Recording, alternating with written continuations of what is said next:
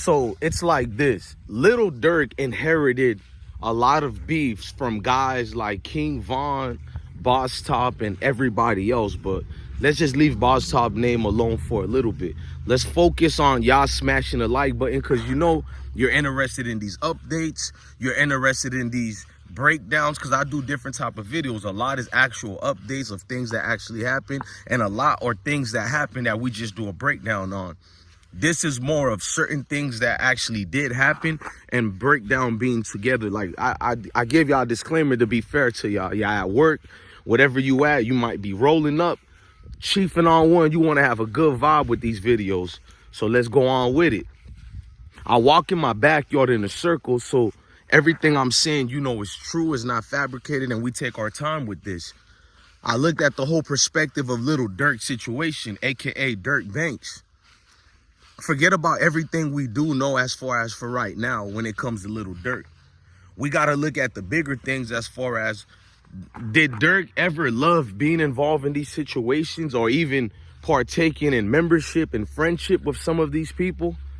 If we're going over the years of what we got to see through the life of Durk, it always seemed he was the misguided kid that wanted to walk his own path, but at the same time, he never wanted to be forced into things. He seemed like someone who already was part of a group of people who had their own heads of leaderships, who had their own vocal leaders, OGs as they would call them, to the point that Durk was just one of the guys who made it as far as the music, but there are other people behind the scenes who probably helped with the production teams or just the money man. And we all know a lot of these money men partake in other activity, other curricular activities. I don't want to go deep into that. You feel me? So now Durkio transformed to a sensation overnight, music sensation. A lot of his street dudes and street partners never got the bigger picture. They never seen the bigger picture, and their minds is just either more money coming to the group or more light to help them with their own situations. So you're talking about over 200 to 300 people who probably know Durk and was around him as a kid. Because I know I had over 100 friends. A lot of people don't, but that's nothing to show off about. I'm going to show you how having that much friends are always the root of the problem. But let's fast forward. I digress. Lil Durk around all these dudes in the trenches, right? But they got different motives and different goals to accomplish to make it out. He got other people who are hindering his progress. Now, these people are the ones who think Lil Durk owes them some type of gratitude or this, let's just say, some money, bro. And when you have people around you who feel like you owe them so much more than what you think, it behooves you to act on right to help them out as well. Like, I give back to the community. I don't mind it. But it's hard to feel comfortable giving back to people who think you owe them. You know what I mean? Now, if it's the community-wise, kids, youth you're giving back to, that you do owe your community. I personally feel like that. I wish we all had that mentality. But I'm talking about homeboys who are participating in certain curricular activities who feel you owe them. It goes from you paid one person, two people, to everybody feel like they're deserving of a reward. Not only that, bro, it goes deeper to like every nigga that's around your circle is going to feel like you not giving me enough. Everybody's going to feel some type of way. With OTF Jam, everybody telling me that he always felt some type of way through his jealousy of Lil Durk's kinship with people like Duty Low and other guys, other members. And it can lead to your brain having a jealousy and envy that not only stays with you till you get some type of vengeance or you do something to the people you're jealous of. No, it spreads amongst the dudes in your crew. You ever see that? You got a group of friends, but within that group of friends, there are other groups of friends who are together just to talk about the other group of friends. Like, these two might separate from y'all to go do their own little thing, and during the whole time, they talking down on y'all. And while they're over there talking down on y'all, y'all in your own little groups over there talking about them, or maybe the same thing. And it's always something that's connected where you talking about Durkio himself. Over the years, we've seen so many members and people who we thought was close like that with Durk, who openly and publicly called him out. You got own members in his team like Munna. I don't know how close they were, but Munna is part of OTF, the OTF brand. He gets Durk older brother D-Thang wife, not girlfriend, but wife, pregnant with a baby.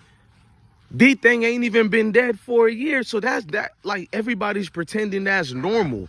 That told me everything I needed to know. A couple of guys, number one, they're not afraid of Durk. Number two, they don't feel Durk is a threat in any way, shape, and forms, maybe other than that, besides his money. You know what I mean? Because money does buy some protection to a certain point. But these dudes can become something that hinder your career. So now you got King Von. He's in this beef with Youngboy to a certain point. You got to be attached to it. King Von do something reckless. He gets himself killed. Now you, as Lil Durk, the people going to look at you as weak. You can't just continue making music. They killed King Von. You got to get your get back. A bunch of suburban kids who want you to crash out, and the other niggas who want you to crash out are bum dudes from the hood. That's who wants you to crash out. Bum dudes. And I'm from the hood. I'm not talking about hood people or bums. Notice what I said. Bum dudes from the hoods. If you're not a bum and you live in the hood, then clearly I'm not talking about you. I'm talking about the dudes who do the curricular activities.